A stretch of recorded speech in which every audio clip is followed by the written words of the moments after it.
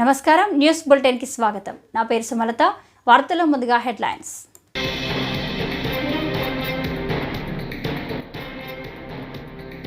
వాసవి కన్యకా పరమేశ్వరి అమ్మవారికి పట్టు వస్త్రాలు సమర్పించిన సీఎం చంద్రబాబు.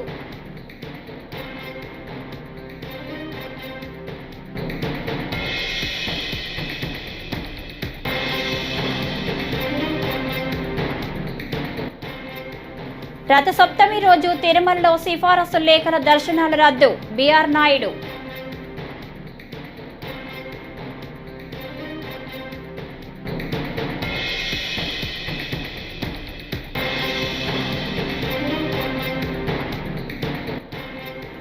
ఘనంగా ద్వారకా తిరుమలరావు పదవి విరమణ వీడ్కోలు. సర్వీసులో అనేక సవాళ్లను చూశానని వ్యాఖ్య.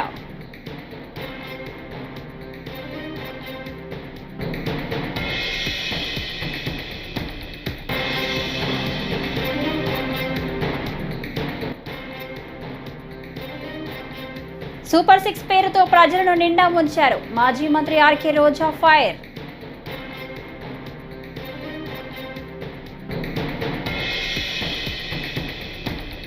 ఇక డీటెయిల్స్ చూస్తే పశ్చిమ గోదావరి జిల్లా పెనుగొండలో సీఎం చంద్రబాబు పర్యటించారు. ఈ సందర్భంగా పట్టణంలో వాసవి కన్యకా పరమేశ్వరి ఆలయానికి చేరుకున్న సీఎంకు ఆలయ ప్రధాన అర్చకులు, అధికారులు, సిబ్బంది పూర్ణ కుంభంతో స్వాగతం పలికారు.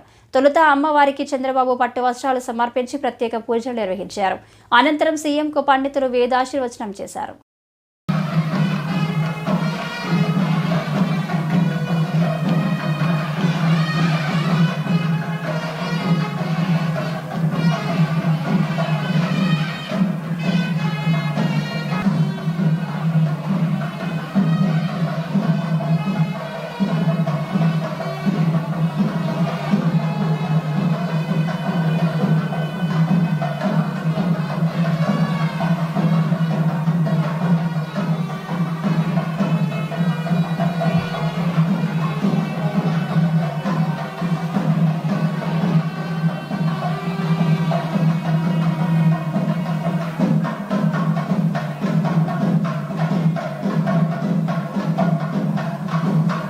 రెండు 2600 ఏళ్ల క్రితం ఈ తల్లి చరిత్ర అందరం కూడా ఒకసారి స్మరించుకోవాల్సిన అవసరం ఉంది.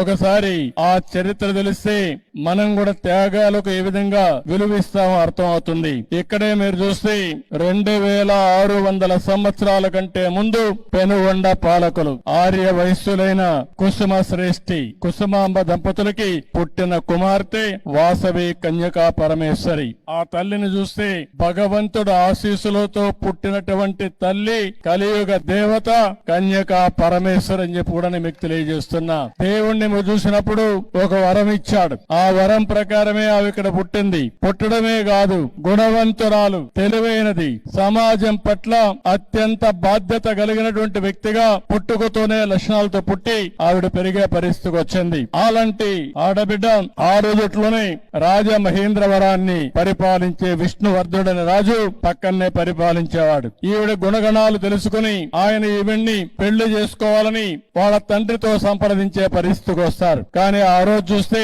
714 మంది గోత్రీకులు కుసుమ శ్రేష్ఠి దీనిపైన అడగ్గా వాళ్లకు సంబంధించిన వ్యక్తులు 102 మంది గోత్రీకులు అంగీకరించలేదు. ఆవిడకి కూడా ఇష్టం లేదు. ఇష్టం లేనప్పుడు ఆవిడ పెళ్లికి నిరాకరించింది. దానిపైన తిరుమల రథసప్తమి నాడు తిరుమలలో శ్రీవారి దర్శనానికి విస్తృత ఏర్పాట్లు చేసినట్లు టీటీడీ చైర్మన్ బిఆర్ నాయుడు తెలిపారు. అన్నమయ్య భవనంలో ధర్మకర్తల మండలి సమావేశం ముగిసిన అనంతరం మీడియాతో ఆయన మాట్లాడారు. రథసప్తమి రోజు పలు ఆర్జిత సేవలను ఏకాంతంగా నిర్వహించేందుకు నిర్ణయించామని తెలిపారు. సిఫారసు లేఖల దర్శనాలు పూర్తిగా రద్దు చేస్తున్నట్లు చెప్పారు. తిరుపతిలో జారీ చేసే సర్వదర్శనం టోకెన్లను రద్దు చేస్తున్నామన్నారు.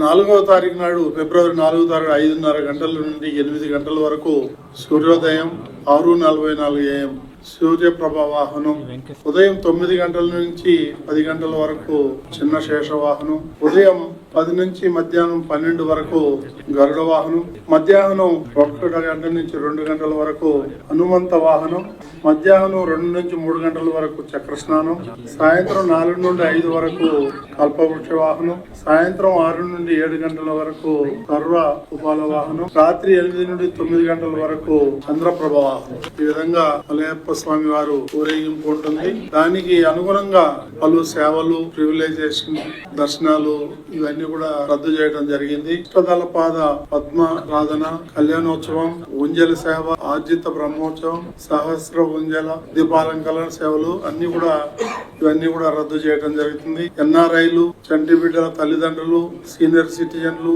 వికలాంగులు, ప్రివిలేజ్ దర్శనాలన్నీ కూడా రద్దు చేయడం జరిగింది. తిరుపతిలో ఫిబ్రవరి 3 నుంచి 5 వరకు స్లాటెడ్ సర్వదర్శనం టోకన్లు జారీ చేయడం కూడా రద్దు చేయడం జరిగింది. ప్రోటోకాల్ ప్రముఖులకు మినహా వివిధ బ్రేక్ దర్శనం. ఆంధ్రప్రదేశ్ డీజీపీ ద్వారకా తిరుమలరావు పదవి విరమణ వీడ్కోలు పెరేడ్ను ఘనంగా నిర్వహించారు. మంగళగిరిలో 6వ బెటాలియన్ మైదానంలో జరిగిన పెరేడ్కు రాష్ట్రంలోని ఐపీఎస్ అధికారులందరూ హాజరయ్యారు. ఈ సందర్భంగా ద్వారకా తిరుమలరావు పోలీసులు గౌరవ వందనం స్వీకరించారు. ఈ కార్యక్రమంలో ద్వారకా తిరుమలరావు ప్రసంగిస్తూ భావోద్వేగానికి గురయ్యారు. తన జీవితంలో ఇవి ఉద్విగ్న భరిత క్షణాలు అని అన్నారు. ఇకపై యూనిఫామ్ ఉండదంటేనే భావోద్వేగంగా ఉందని చెప్పారు.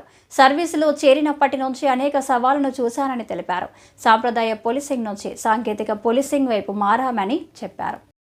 పోలీస్ సర్వీస్ నుంచి 35 సంవత్సరాలుగా సాగిన ప్రయాణం నా మదిలో ఎన్నో ఆలోచనలు, ఉద్విగ్న భరిత క్షణాలు. ఈ సర్వీసు, ఈ ప్రయాణం, ప్రస్థానానికి సంబంధించిన ఈ తాలూకు జ్ఞాపకాలు వెళ్తూ ఉన్నాయి. ఈరోజు ఉదయం యూనిఫామ్ ధరిస్తుండగా అదొక ప్రత్యేక అనుభూతి. సర్వీస్ మొత్తం యూనిఫామ్డ్ అసైన్మెంట్లో లేనప్పటికీ దశాబ్దాలుగా శరీరాన్ని అంటుకొని ఉన్నటువంటి యూనిఫామ్ ఇక రేపటి నుంచి లేదు కదా అనే ఆలోచన, అది ప్రత్యేకమైన ఎమోషన్. బాధలను, సంతోషాలను ఇది ఒక ఎమోషన్. ఖచ్చితంగా సాటిస్ఫైయింగ్ అని అనగలను. ఈ సందర్భంగా మీరు అందించిన, ఇన్ని సంవత్సరాలుగా అందించిన సహకారాన్ని జ్ఞప్తికి తెచ్చుకుంటూ, నా ఆలోచనలు, అనుభవాలు పంచుకుంటూ మీ అందరి దగ్గర సెలవు తీసుకునే ప్రయత్నం.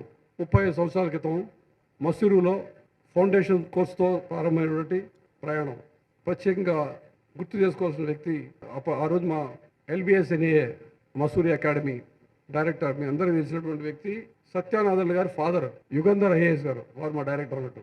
సర్దార్ వల్లభాయ్ పటేల్ నేషనల్ పోలీస్ అకాడమీలో బేసిక్ కోర్సు డైరెక్టర్ గారు. అనేక మంది గురువులు ఉన్నప్పటికీ మా పైన చెరగని ముద్ర వేసినటువంటి వ్యక్తి S. Ramakrishnan, deputy director BCS.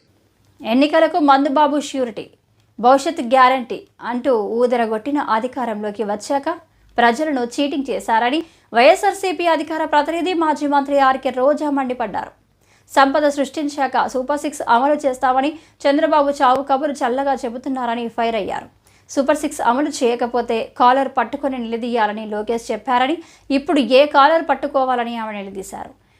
కూటమి ప్రభుత్వం అధికారంలోకి వచ్చాక ఫీజు రియంబర్స్మెంట్తో పాటు అన్ని పథకాలు ఆపేశారని విమర్శించారు. శుక్రవారం నగరిలోని తన క్యాంపు కార్యాలయంలో రోజా మీడియాతో మాట్లాడారు.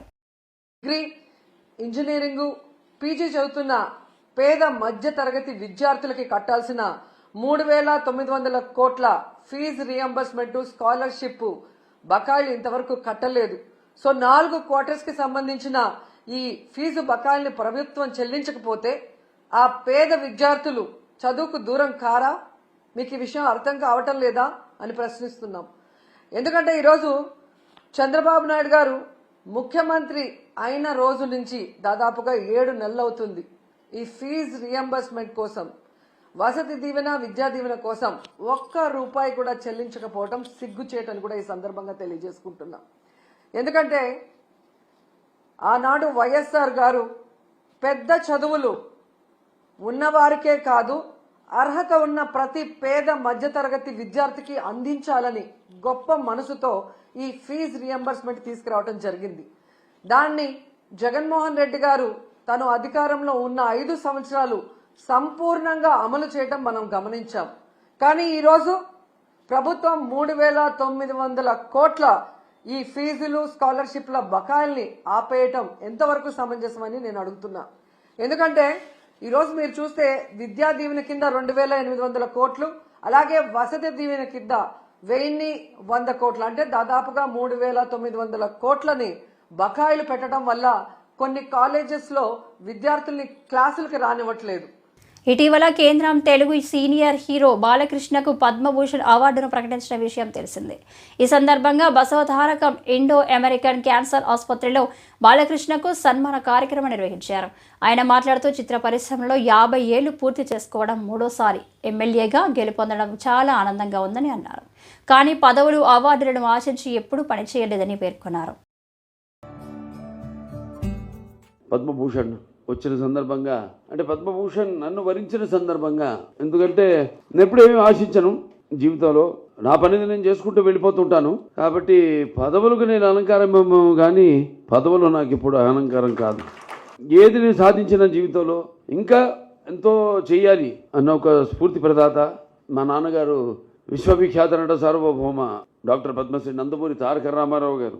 ఎవరు వాళ్ళ పాత్రని బాగా పోషిస్తే వాళ్ళ రంగాల్లో వాళ్ళు రాణిస్తారు. ఇదిగో ఇటువంటి పద్మశ్రీలు కానివ్వండి, పద్మభూషణ్లు కానివ్వండి, పద్మవిభూషణ్లు కానివ్వండి, లేకపోతే గ్యాలంటరీ అవార్డ్స్ కానివ్వండి, అవి వెతుక్కుంటూ వస్తాయి వెనకాలే. ఇందాక మాటల్లో ఎవరు అన్నప్పుడు అన్నారు, నాకు వచ్చింది పద్మభూషణ్, ఏదైతే మీకు దూరంగా ఉందో, అంటే ఇవాళ నాకు వచ్చింది, ఇవాళ మీ అందరికి వచ్చినట్టే నేను భావిస్తాను. దేనికి ఆశించకుండా, ప్రతిఫల ఆపేక్ష లేకుండా మన వంతు మన పని నిబద్ధతతో, ఒక క్రమశిక్షణతో, పట్టుదలతో, సరైన దారిలో మనకి ఏదైతే సమాజం ఇచ్చిందో దానికి ప్రతిఫలంగా సొంత లాభం కొంత మానుకుని అన్నట్టు సమాజానికి ఉపయోగపడితే ఏదన్నా మనం సాధించవచ్చు. చాలా మంది అంటున్నారు ఇది ఇంతకు ముందే రావాల్సిందని పద్మభూషణ్. వాడు చెప్తాను, నేను ఎప్పుడు ఆధ్యాత్మిక చింతనలో ఉంటాను, పూజలు ఎక్కువ చేస్తుంటాను.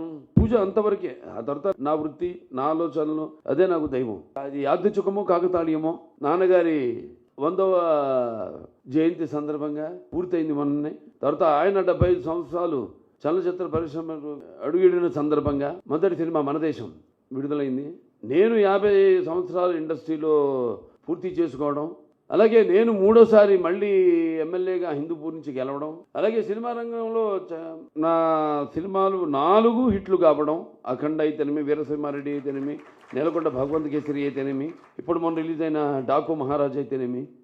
జగన్ పాలనలో రాష్ట్రం అప్పుల పాలు చేసింది మాజీ ముఖ్యమంత్రి జగన్మోహన్ రెడ్డి మార్చేశారని మాజీ ఎమ్మెల్యే ఎస్వీఎస్ వర్మ పేర్కొన్నారు. శుక్రవారం కాకినాడ జిల్లా తెలుగుదేశం పార్టీ కార్యాలయంలో జరిగిన విలేకరుల సమావేశంలో ఆయన మాట్లాడారు.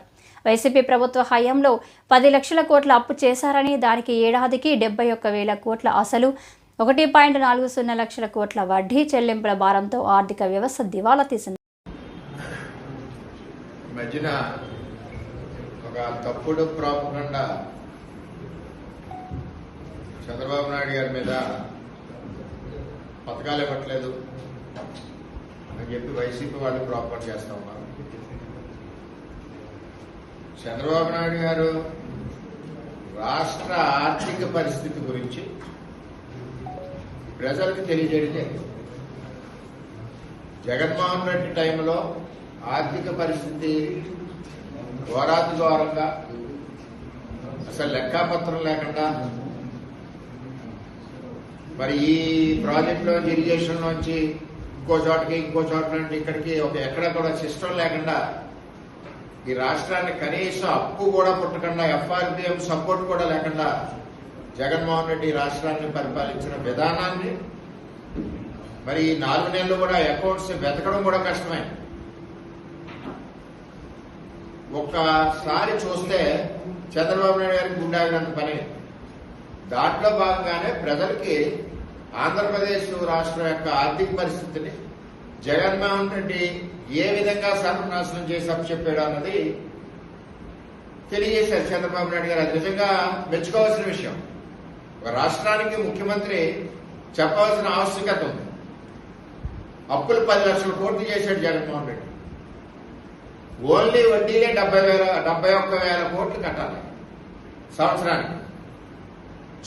ప్రజాపయోగ రాజధాని నిర్మాణం జరగాలని సిపిఎం పార్టీ రాష్ట్ర నాయకులు వై నేతాజీ డిమాండ్ చేశారు. సిపిఎం పార్టీ రాష్ట్ర మహాసభలను జయప్రదం కోరుతూ రాజధాని ప్రాంతంలో ప్రారంభమైన సిపిఎం ప్రచార జాథా శుక్రవారం బాపట్ల చేరుకుంది. ఈ సందర్భంగా నేతాజీ మాట్లాడుతూ రాజధాని నిర్మాణానికి కేంద్ర ప్రభుత్వమే నిధులు ఇవ్వాలని, బాపట్ల మెడికల్ కాలేజీ పనులు వెంటనే ప్రారంభించాలని డిమాండ్ చేశారు.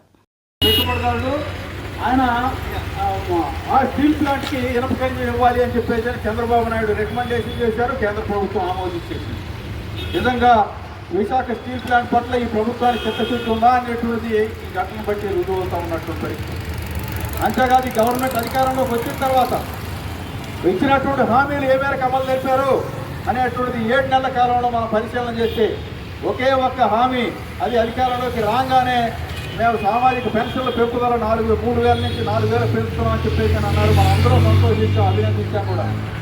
ఆ తర్వాత మిగిలినటువంటి వాటన్నిటి గురించి ఏమిటి, పిల్లలు చదువుకునేటువంటి వాళ్ళకి ఇంట్లో అనేక మంది పిల్లలు ఉంటే ఒక్కడికే ఇస్తున్నాడు జగను, నేను అధికారంలోకి వచ్చి ఎంతమంది పిల్లలు ఉంటే అంతమంది పిల్లలకి నేను సహాయం చేస్తానని చెప్పేసి అన్నాడు.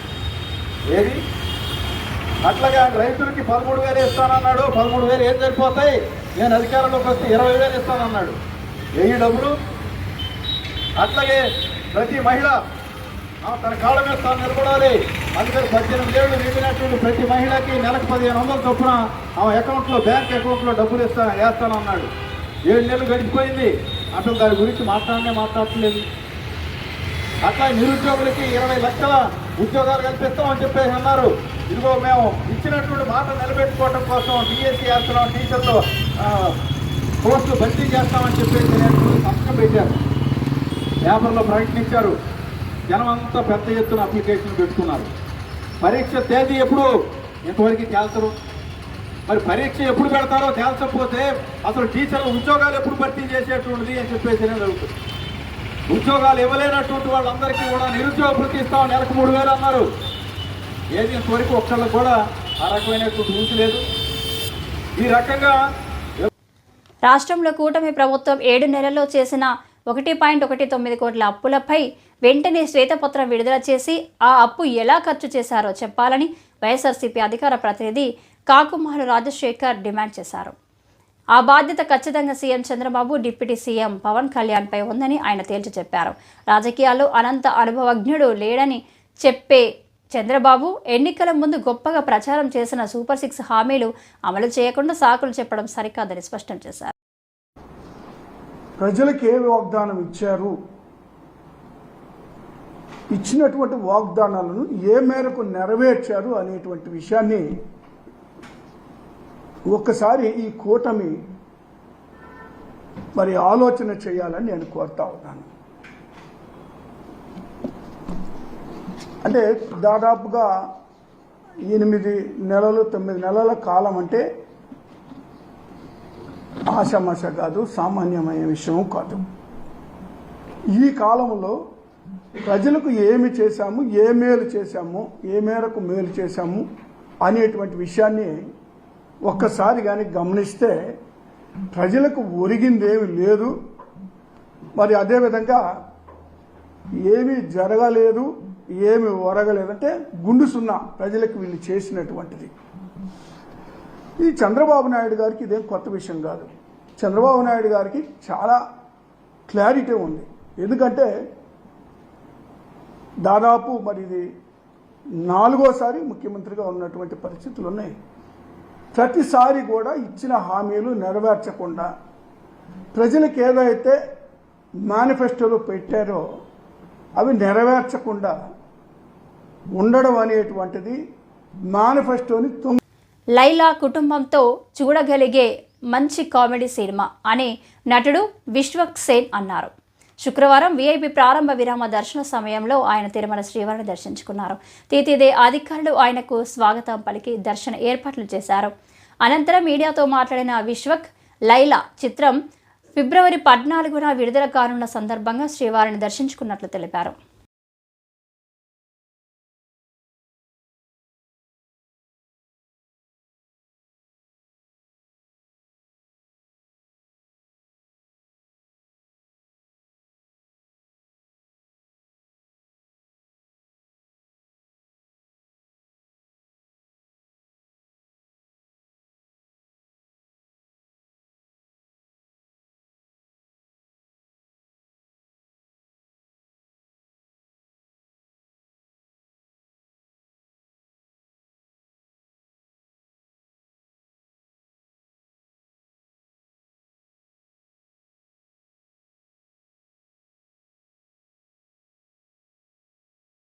అద్భుతమైన స్వామి గారి దర్శనం అయింది. సో నాకు ప్రతి సినిమాకి ముందు అలవాటు కొంటే ఇక్కడ నైట్ అల్పిరి ఎక్కువ వచ్చి మార్నింగ్ చాలా బ్రహ్మాండమైన దర్శనం అయింది. సో 14 రిలీజ్ కాబట్టి మళ్ళీ రిలీజ్ తర్వాత కూడా లైలాకి రావడం జరుగుతుంది. నెక్స్ట్ ప్రస్తుతం అయితే 14 లైలా రాగానే అది వారం కాగానే నెక్స్ట్ ప్రాజెక్ట్ ఏదైనా చేస్తాం. నెక్స్ట్ సీతారాలు ఫంకీ అని ఉంది ప్రస్తుతం. లైలానా సార్ కుటుంబ సమేతంగా వచ్చి ఎంజాయ్ చేసే మంచి కామెడీ సినిమా. డెఫినెట్లీ అమ్మాయి వేషం వేయడం అనేది కెరీర్లో one of the special film. Definitely కుటుంబం అంతా వచ్చి ఎంజాయ్ చేసే మంచి ఫ్యామిలీ ఎంటర్టైనర్ ఉంటుంది. సో ఈరోజు ఇక్కడ రత్తమ్మ అనే సాంగ్ మన ఎస్వి కాలేజ్లో రిలీజ్ చేస్తున్నాము. ఫోక్ సాంగ్ 6వ తారీఖు ట్రైలర్ వస్తుంది. పుంగనూరు టీడీపీ మైనారిటీ జిల్లా కార్యవర్గ సభ్యులు అష్రఫ్ అలీ శుక్రవారం మాట్లాడారు. ప్రైవేటు కార్పొరేట్ ఆసుపత్రుల్లో స్కానింగ్లతో ప్రజలను దోపిడీ చేస్తున్నారని, అలాంటి ప్రైవేటు ఆసుపత్రులపై రాష్ట్ర ముఖ్యమంత్రి చంద్రబాబు నాయుడు, డిప్యూటీ సీఎం పవన్ కళ్యాణ్ చర్యలు తీసుకోవాలని కోరారు. పేద ప్రజలకు అన్ని రకాల స్కానింగ్ ప్రభుత్వ ఆసుపత్రిలో చేసేలా ప్రభుత్వం చర్యలు తీసుకోవాలని తెలిపారు. నమస్కారం, నా పేరు అష్రఫ్ అలీ, సోమల మండలం నంజంపేట, తెలుగుదేశం పార్టీ జిల్లా మైనార్టీ కార్యవర్గ సభ్యుడు. గౌరవనీయులైన రాష్ట్ర ముఖ్యమంత్రి నారా చంద్రబాబు నాయుడు గారికి, డిప్యూటీ సీఎం పవన్ కళ్యాణ్ గారికి మరియు నారా లోకేష్ గారికి విన్నపం. దయచేసి వైద్యాన్ని ప్రజలకు అందుబాటులోకి తెండి. ఈరోజు ప్రజలు అనేక విధాలుగా దోపిడీకి గురవుతున్న వ్యవస్థలలో వైద్య విధానం కూడా ఒకటి.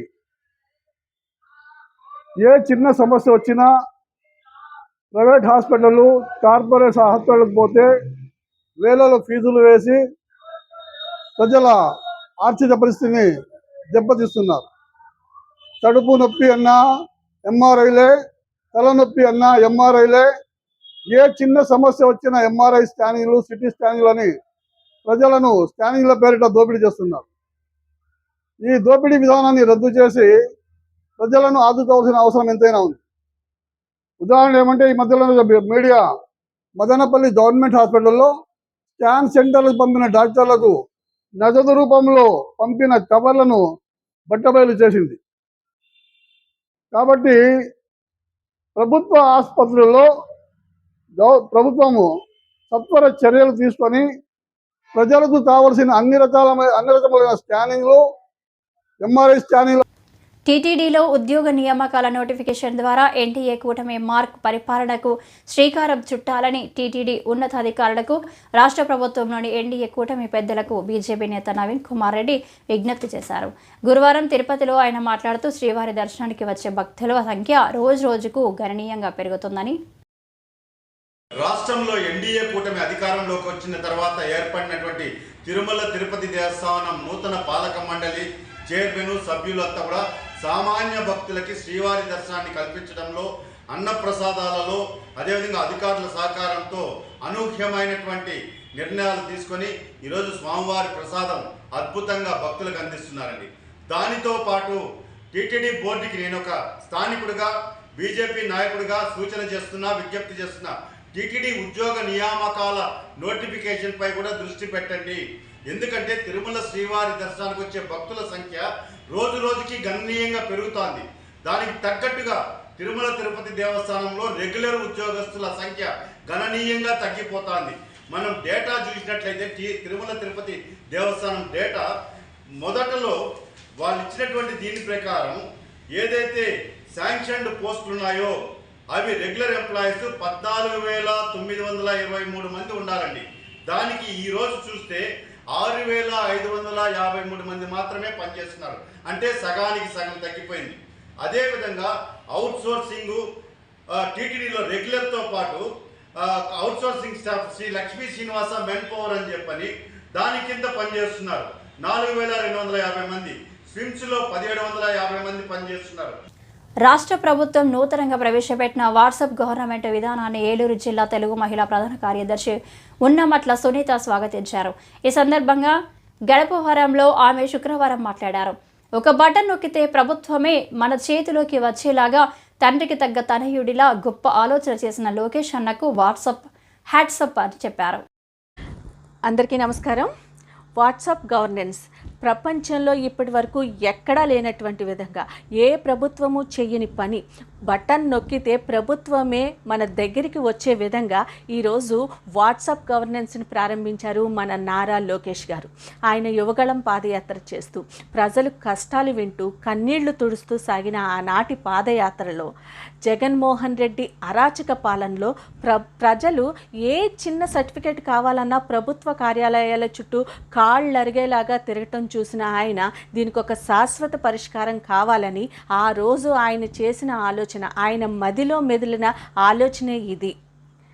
బటన్ నొక్కితే ఫుడ్ వస్తుంది, బటన్ నొక్కితే ట్యాక్సీ వస్తుంది, బటన్ నొక్కితే సినిమా టికెట్లు వస్తున్నాయి, బటన్ నొక్కితే ప్రభుత్వం ఎందుకు రాదు అని ఆలోచన చేసి దీన్ని ఒక ఛాలెంజ్గా తీసుకొని ఈరోజు మన ప్రభుత్వం అధికారంలోకి వచ్చి 8 నెలలు తిరగకుండానే ప్రభుత్వమే మన చేతిలోకి వచ్చే విధంగా ఈరోజు వాట్సాప్ గవర్నెన్స్ని ఇచ్చిన హామీని నెరవేరుస్తూ ఈ కార్యక్రమానికి శ్రీకారం చుట్టారు నారా లోకేష్ గారు. ఇది ప్రజాప్రభుత్వం, ప్రజల చేతిలోనే పాలన ఉండాలనేది మన లోకేష్ గారి ఉద్దేశం. 9552300009 ఈ వాట్సాప్ నెంబర్ ద్వారా ప్రభుత్వం యొక్క 36 డిపార్ట్మెంట్లని ఇంటిగ్రేట్ చేస్తూ మొదటి విడతలో 161 సేవల్ని ఈరోజు వాట్సాప్. ఈ వార్తలు ఇంతటితో సమాప్తం. నమస్కారం.